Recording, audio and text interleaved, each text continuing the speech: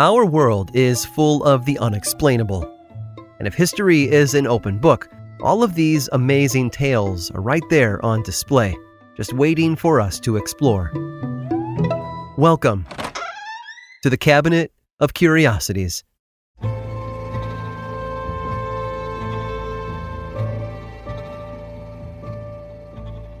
On a cold December night, Mary vanished.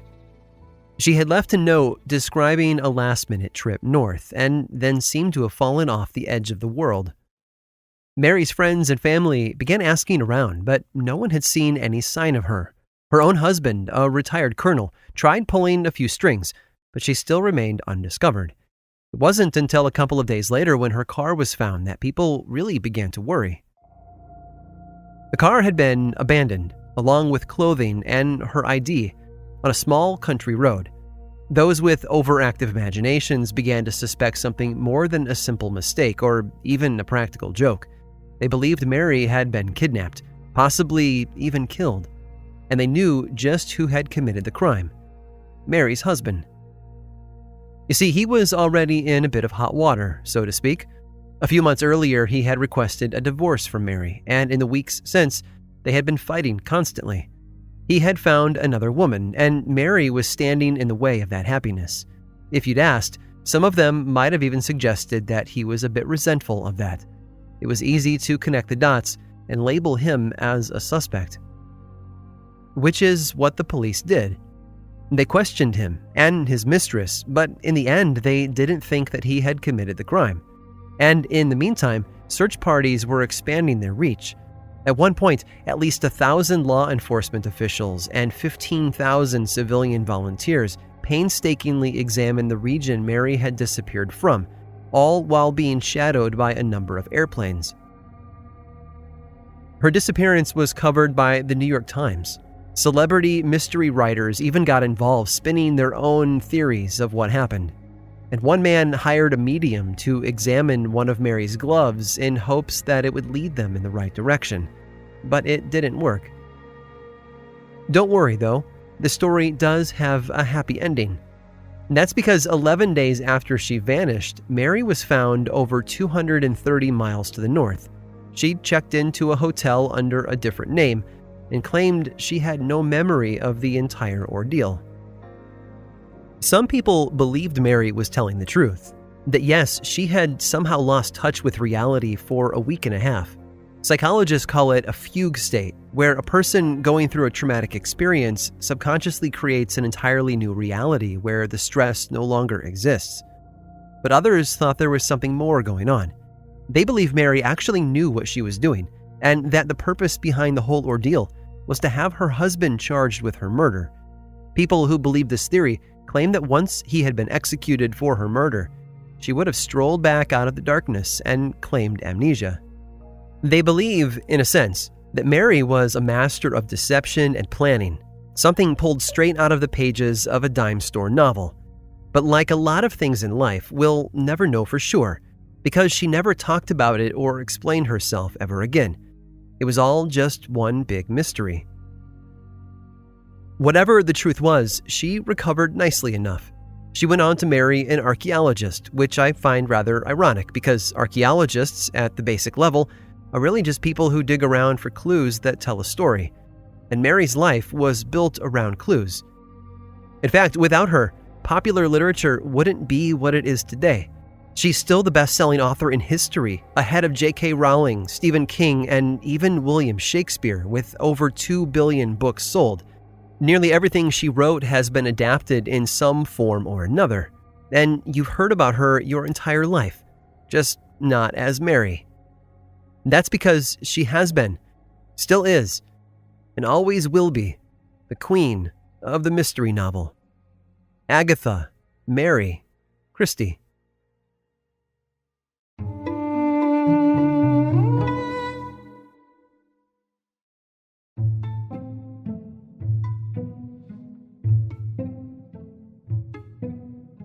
Peter Carpin was a spy. There was no question about it.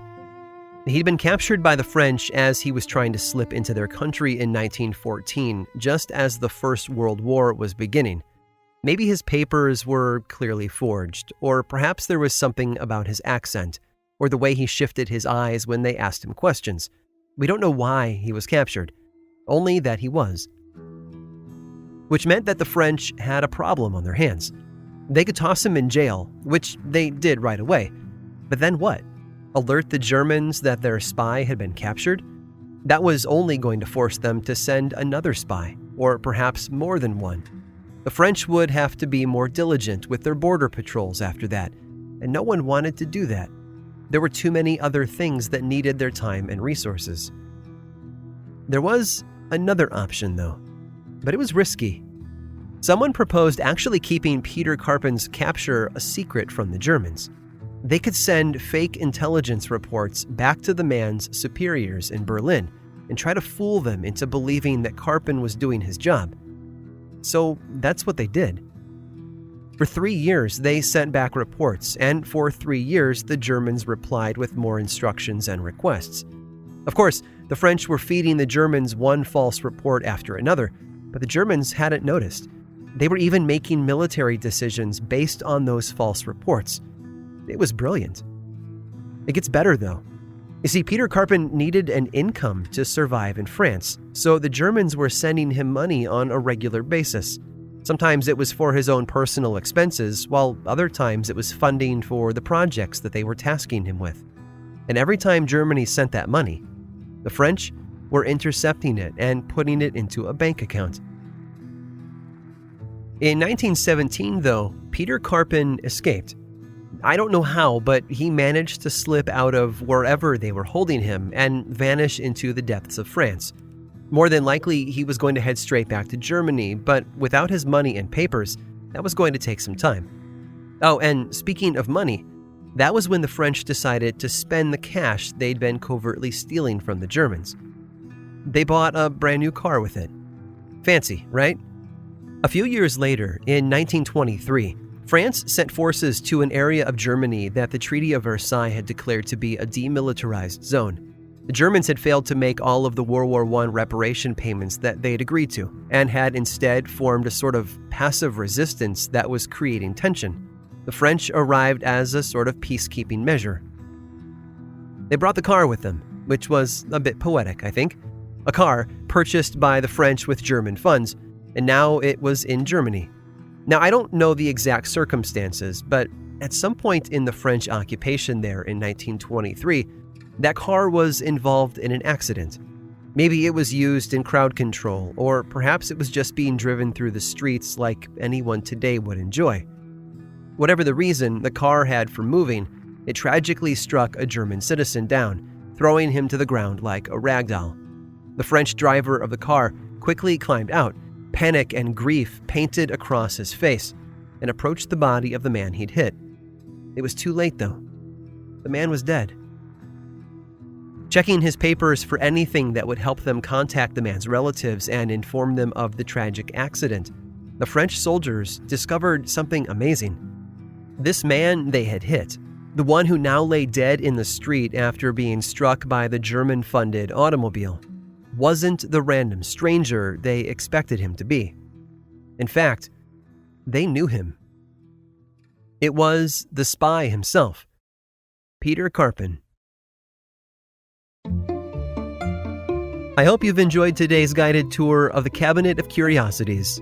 Subscribe for free on Apple Podcasts or learn more about the show by visiting curiositiespodcast.com.